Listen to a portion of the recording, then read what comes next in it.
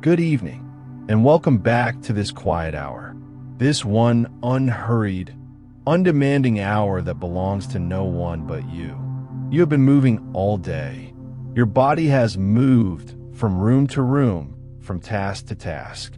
Your mind has moved even more, leaping ahead to the next thing, circling back to the last thing, never quite landing anywhere for long. All day the world has asked you to respond, to react, to keep up.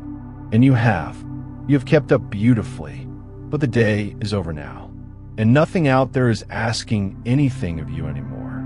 The only invitation left is this one, to stop. Not to sleep, not yet. Just to stop moving. To let everything in you grow quiet. The way a lake grows quiet when the wind dies down. Somewhere tonight, there is a mountain. It has been standing in the same place since before your grandparents were born. Snow falls on it and melts. Clouds wrap around it and drift away. Birds land on its shoulders and leave. And the mountain does not follow any of them. It does not lean after the clouds. It does not chase the snow. It stands where it has always stood, broad and calm and unmoved, and it will be standing there long after tonight has passed. You can be the mountain tonight. You do not have to go anywhere. You do not have to solve anything.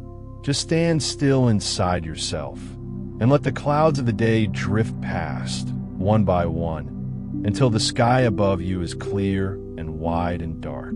Take a long breath in, through your nose, like cool air rising up the side of a mountain, and let it out through your mouth, slowly, like mist settling into a valley. Again, in and out. There is nowhere to climb. There is nothing at the summit that is not already here. Tonight, I have 6 old stories for you. Stories from the East about monks and flags, muddy water and laughing men, bamboo and swords and a stone in a river. They are all, in their own way, about the same still thing. That the deepest strength is not the strength to act, but the strength to be still. That when you stop stirring, the water clears. That when you stop reaching, what you needed was already in your hands. You do not need to remember these stories. You do not need to stay awake for any of them. If your eyes grow heavy during the very first one, that is not failure. That is the mountain settling. Let your eyes close. Let your hands rest. And let us begin with 2 monks and a flag on a windy afternoon a very long time ago. In the south of China, more than 1,300 years ago, there stood a monastery on a hill. It was a plain place, wooden walls, and a swept courtyard, with a flag on a tall pole above the gate. The flag was old and sun-bleached, and it moved all day in the wind that came up from the valley. On this particular afternoon, 2 monks stood in the courtyard, looking up at the flag. They had been arguing politely but firmly for some time. The other monks had gathered around them in a loose circle, the way people gather around any good argument, half amused and half curious to see who would win. The first monk pointed at the flag. "It is the flag that moves," he said. "Look at it. It ripples. It snaps. It curls and unfurls. The movement belongs to the flag." The second monk shook his head. "It is not the flag," he said. "It is the wind that moves. Without the wind, the flag would hang limp and still. The movement belongs to the wind." "The flag," said the first monk. "The wind," said the second. Back and forth they went, each one perfectly reasonable, each one perfectly sure. The other monks murmured and nodded. Some sided with the flag, some sided with the wind. The argument grew warmer, and the afternoon grew long, and neither monk would give an inch. And then a voice spoke from the edge of the courtyard, quiet and unhurried, the way a stone speaks when it finally falls into a pond. It was Huaining. He was not yet famous. He was a young man from the south, uneducated, who had come to the monastery carrying nothing but a clear and extraordinary mind. He had been standing at the edge of the group, listening, saying nothing for a long time.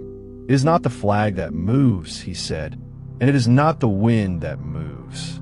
It is your mind that moves. The courtyard went very quiet. The two monks stopped arguing. The flag went on flapping, and the wind went on blowing, but somehow, in that one sentence, both had become perfectly still. It is your mind that moves, not the world. And lying there tonight, you know this, even if you have never heard it said aloud. The room around you is not moving. The ceiling is not going anywhere. The pillow is not restless. It is only the mind, up there behind your eyes, still fluttering like an old flag in the wind, catching at this thought and that one, snapping from one worry to the next. But here is the secret the young monk offered, free of charge, to anyone who would hear it. You do not have to stop the wind. You cannot stop the wind. You only have to let the flag hang still. So let it hang still now. The thoughts are the wind. They will blow. They always blow. But you do not have to flutter with them. You could be the pole, not the flag. Rooted, quiet, letting the wind pass through without following it anywhere. Breathe in, steady as a pole driven deep into the ground. And breathe out, and let the flag of your mind go soft and heavy and still.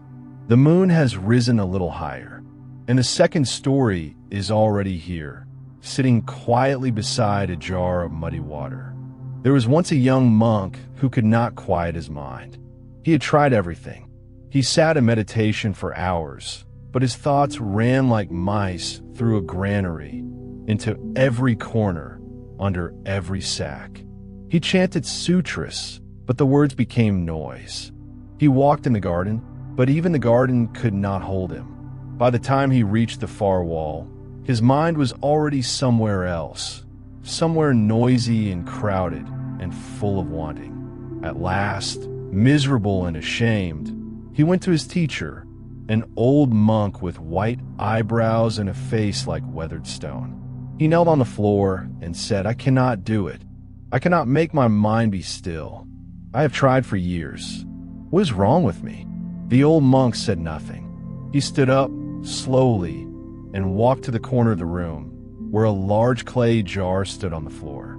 He picked up a handful of earth from the garden, dropped it into the jar, and poured water over it. Then he stirred the water with a wooden stick around and around, until the whole jar was thick and brown and clouded. "Sit," he said. The young monk sat. "Now watch," said the old monk. And then the old monk did the most unexpected thing. He did nothing. He set down the stick.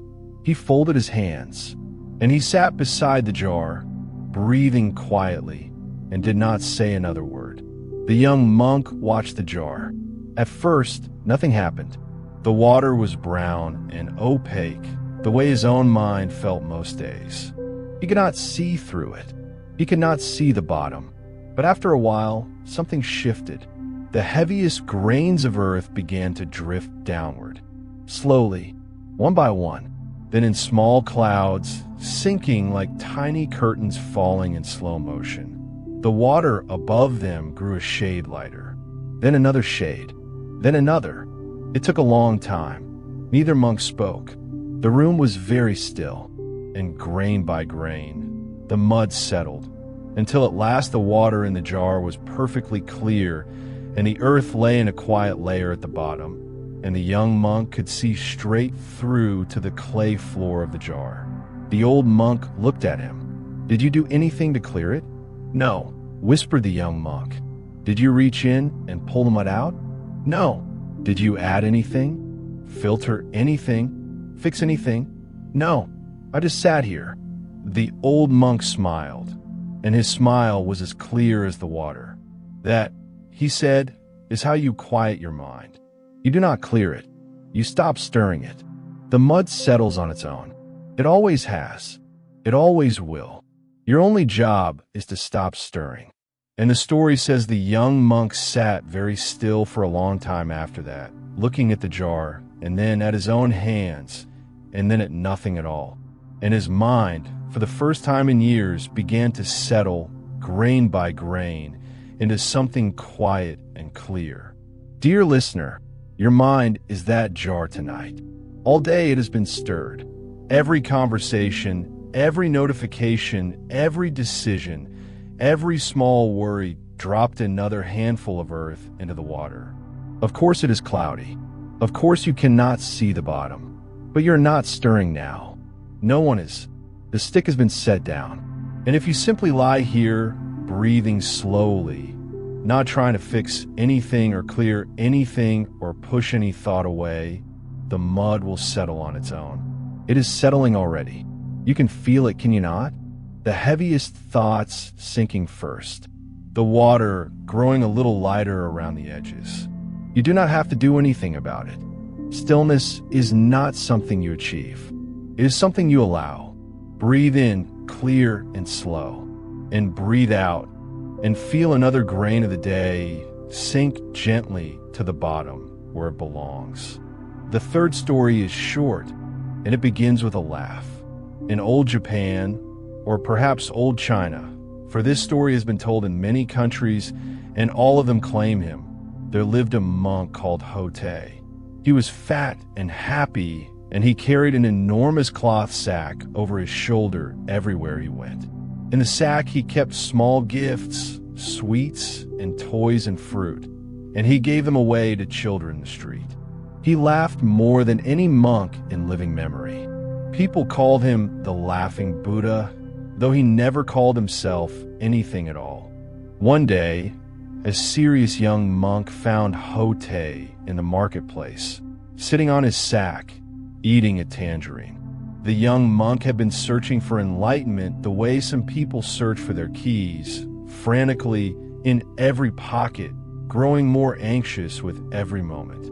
He stood before Hote and asked, with great urgency, "What is the meaning of Zen?" Hote looked at him.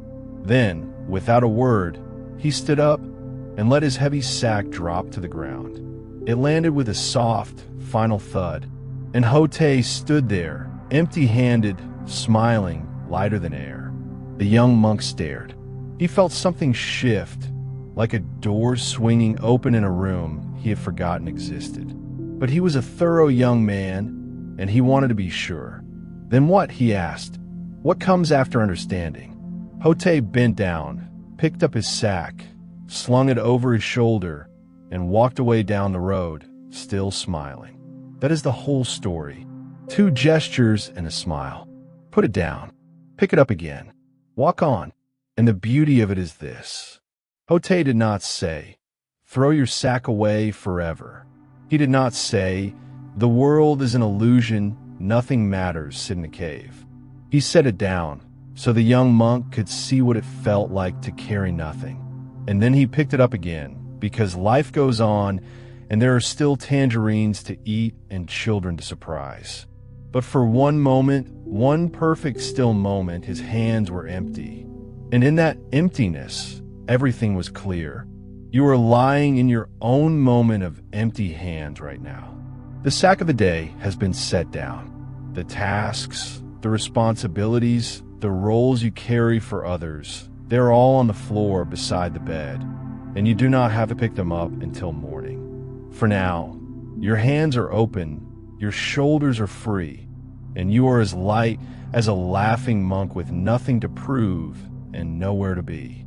Feel that lightness. It has always been underneath the weight. It was there this morning and yesterday and the day you were born. The sack is not who you are. It is only what you carry. And tonight, you are not carrying it. Breathe in light and free. And breathe out and smile if you like. No one is watching. The moon is high now, and the 4th story comes on a night of great wind. In a village at the foot of a mountain, there grew 2 trees side by side. One was an oak, thick and proud, with a trunk like a pillar and branches that spread wide and heavy against the sky. The other was a bamboo, slender and green, no thicker than a man's wrist, bending in every breeze. The oak looked down at the bamboo and felt, if trees can feel such things, a kind of pity. You bend so easily, the oak would have said if oaks could speak. Every wind pushes you. Every gust bows your head. You have no strength, no dignity. Look at me. I stand straight. I do not bend for anyone. And the bamboo would have said nothing, because bamboo never argues. It only bends and springs back and bends again. One autumn, a typhoon came down from the mountains. The wind was enormous. It roared through the valley like a river of air, tearing at everything it touched. Rain came sideways. The sky was black at noon. The oak stood against it. It braced its trunk. It locked its roots. It refused, with every fiber of its ancient wood, to bend. And for a while it held. The wind screamed around it, and the oak stood, rigid and defiant, exactly as it had always stood. But the wind did not stop. It grew stronger and stronger, and at some dark hour of the night, with a sound like the earth itself cracking open, the oak broke. Its trunk split. Its great branches crashed to the ground. By morning, it lay in pieces across the valley floor, destroyed by the very strength that had been its pride. And the bamboo? The bamboo had bent. It had bent all the way to the ground, its green tip touching the mud, its whole body curved like a bow. The wind had passed over it the way water passes over a stone in a riverbed, finding no resistance, meeting nothing to break. And when the storm was over and the sun came out and the valley was quiet again, the bamboo straightened. Slowly, gently, it stood back up to its full height, and its leaves shook the rain off, and it swayed in the soft morning breeze as if nothing had happened. It had not fought the storm. It had not run from the storm. It had simply been still in its own way, bending without breaking, yielding without surrendering. There is a kind of stillness that is not rigid. It does not clench. It does not lock its jaw and hold its ground at all costs. It is the stillness of the bamboo, a stillness that knows how to give way, how to bow when the wind is too strong, how to touch the ground and wait, and rise again when the time is right. Tonight, be the bamboo. If thoughts come like wind, do not fight them. Do not stand rigid against them. Bend. Let them pass over you. Touch the ground if you need to.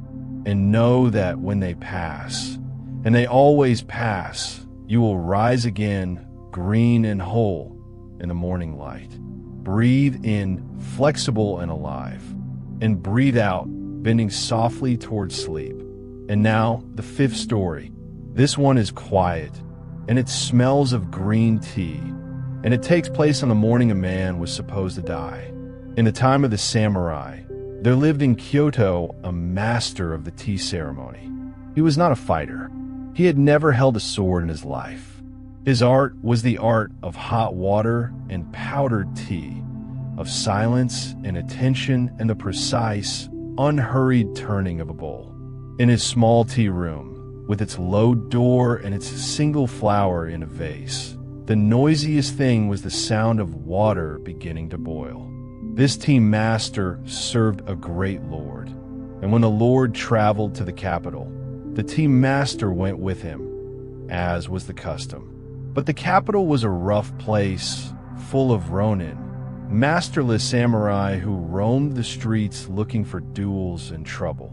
And one afternoon, the tea master, walking alone through the market in his fine robes, bumped the shoulder of a ronin. The ronin turned. He was tall and scarred, and his hand went to his sword the way a hand goes to an itch. "You have insulted me," he said. "We will settle this with swords.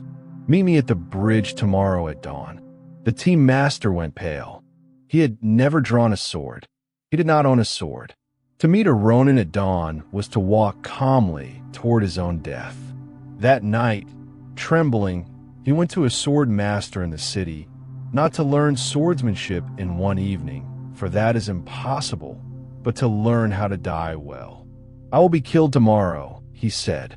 "I only ask that you teach me how to hold a sword so that I do not disgrace my lord. Show me how to die with dignity, and I will be grateful." The sword master looked at him for a long time. Then he said, "Before I teach you anything, make me a cup of tea." The tea master blinked. But this he could do. This he had done 10,000 times. He knelt on the mat, and he began. He heated the water. He measured the tea.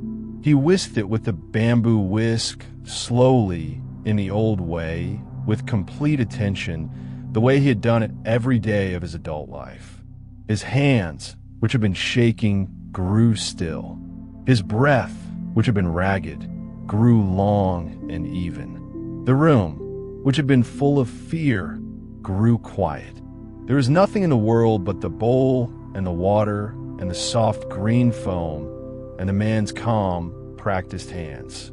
The sword master watched, and when the tea master handed him the bowl with a small bow, perfectly composed, the sword master set it down without drinking. "You do not need me to teach you how to die," he said. "You already know everything you need. Tomorrow morning, when you face the Ronin, do not think about his sword. Do not think about dying. Hold your sword the way you hold your tea ladle. Stand the way you stand when you pour water. Be exactly as you are now, this calm, this present, this still. That is all." The tea master did not understand, but he had no other choice. At dawn, he walked to the bridge. The Ronin was already there, sword drawn, feet apart, ready. The tea master drew his borrowed sword. He did not know how to hold it properly, but he held it the way he held his ladle, with both hands, gently, firmly, without grasping. He stood the way he stood in his tea room, upright, quiet, breathing slowly. He looked at the Ronin the way he looked at a bowl of tea, with complete attention and no desire for anything to be other than it was. He was not brave. He was not pretending. He was simply still. The Ronin looked at him, and something in the Ronin's face changed. He had fought many men, angry men, desperate men, arrogant men. He knew what fear looked like, and what bluster looked like, and what recklessness looked like. But he had never seen this. A man standing in the morning light with absolutely nothing in his eyes. No fear, no anger, no plan, only presence. The Ronin lowered his sword. He bowed, and he turned and walked away without a word. The tea master stood on the bridge for a long time in the pale gold light, holding his borrowed sword, breathing, alive. He had not won. He had not fought. He had simply been so completely still, so entirely himself, that there was nothing left to fight. And that kind of stillness is in you too, somewhere beneath the noise. Not the stillness of someone who has given up or someone who does not care. The stillness of someone who is fully here. Hand steady, breath even, mind clear as green tea in a quiet bowl. You're holding nothing tonight but your own slow breath. Hold it the way the tea master held his ladle. With care, with presence, with no need for anything to be different than it is. Breathe in, calm as ceremony, and breathe out, and let the bridge and the sword and the morning dissolve and sink a little deeper into the warm, still dark. And now the last story, the simplest and the quietest. It is about a stone in a river, and it has no characters and no dialogue, and nothing happens in it at all, which is, of course, the point. Somewhere in the mountains, a river runs. It has been running for longer than anyone can say. In the spring, it is wild with snowmelt, fast and white and loud. In the summer, it slows and warms, and the children swim in it. In the autumn, the leaves of the maples fall into it and ride downstream like small bright boats. And in the winter, it grows quiet and dark, and ice forms along its edges, and the water moves beneath the ice, patient and secret, never stopping. And in the middle of the river, in a place where the current runs deep, there sits a stone. It has been sitting there for a very long time. It was there before the village was built upstream. It was there before the bridge was laid across the narrows. It was there before the oldest tree on the bank dropped its first leaf into the water. It is not a large stone, and it is not a small stone. It is simply a stone doing what stones do, which is to say nothing at all. The water comes to the stone and divides and flows around it and joins again on the other side and continues downstream. The stone does not push the water away. The stone does not try to stop the river. The stone does not struggle or strain or wish it were somewhere else. It simply sits where it has always sat and lets the river do what rivers do. And here is the beautiful thing. Over the years, over the centuries, the water has polished the stone smooth. Every rough edge, every sharp corner, every crack and ridge has been slowly, gently worn away. Not by force, not by effort, simply by the patient, endless passing of the water. The stone is smoother now than any hand could have carved it. It gleams under the surface, dark and round and perfect, shaped by nothing but time and stillness. It did not have to do anything to become beautiful. It only had to stay. And the river? The river was never troubled by the stone. It did not resent it. It did not try to move it. It simply flowed the way rivers flow, and the stone and the river together made a small sound that anyone walking by the bank could hear. A low, soft, endless murmur. The sound of water meeting stone and parting and meeting again. The sound of two old friends who have nothing left to prove. That sound is very close to the sound of breathing. Listen to it now in the dark. Your breath coming in, meeting your body, flowing around the still shape of you, and moving on. In and around and out. In and around and out. You are the stone tonight. The river of the day is flowing past you, and it cannot move you, and it does not need to.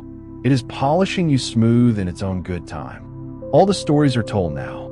6 small lanterns hung along the path of the night, each one a little dimmer than the last. The flag hangs still. The muddy water has cleared. The laughing monk has set down his sack. The bamboo has bent and risen. The tea master stands on the bridge, breathing, and the stone sits in the river, as it has always sat, smooth and patient and unmoved. And you are here in the quietest place in the world. Your bed, your breath, your own warm body, growing heavier with each exhale, sinking into the soft, dark the way a stone sinks into a riverbed. Slowly, without effort, finding its place. There is nothing left to do. There never was really. The mountain knew it. The water in the jar knew it. The bamboo knew it. Hote, laughing on the road with his empty hands, knew it best of all. Stillness was never something you had to earn or learn or practice. It was always here, underneath the motion, waiting for you to stop long enough to feel it. And you have stopped now. You are still. The clouds are drifting past the mountain, and the mountain does not follow. The wind is blowing, and the flag hangs heavy and quiet. The river is flowing, and the stone does not move. Be the mountain, be the stone, be the bamboo after the storm, standing green and whole in the morning light. The moon is crossing the sky, as it does every night, without hurrying, without trying, arriving without effort. And you are arriving too. You are almost there. Let your breath grow long and slow, like a river in winter. Let your body grow heavy and warm, like a stone in the sun. Let your mind grow clear and still, like water in a jar that no one is stirring. And sleep, when it comes, will come the way the river comes to the stone. Gently, quietly, without asking permission. It will flow around you and over you and carry you all the way to morning, smooth and polished and whole. Be still now. Be still. Good night. Sleep deeply all the way through, and let the wide, quiet river hold you all night long.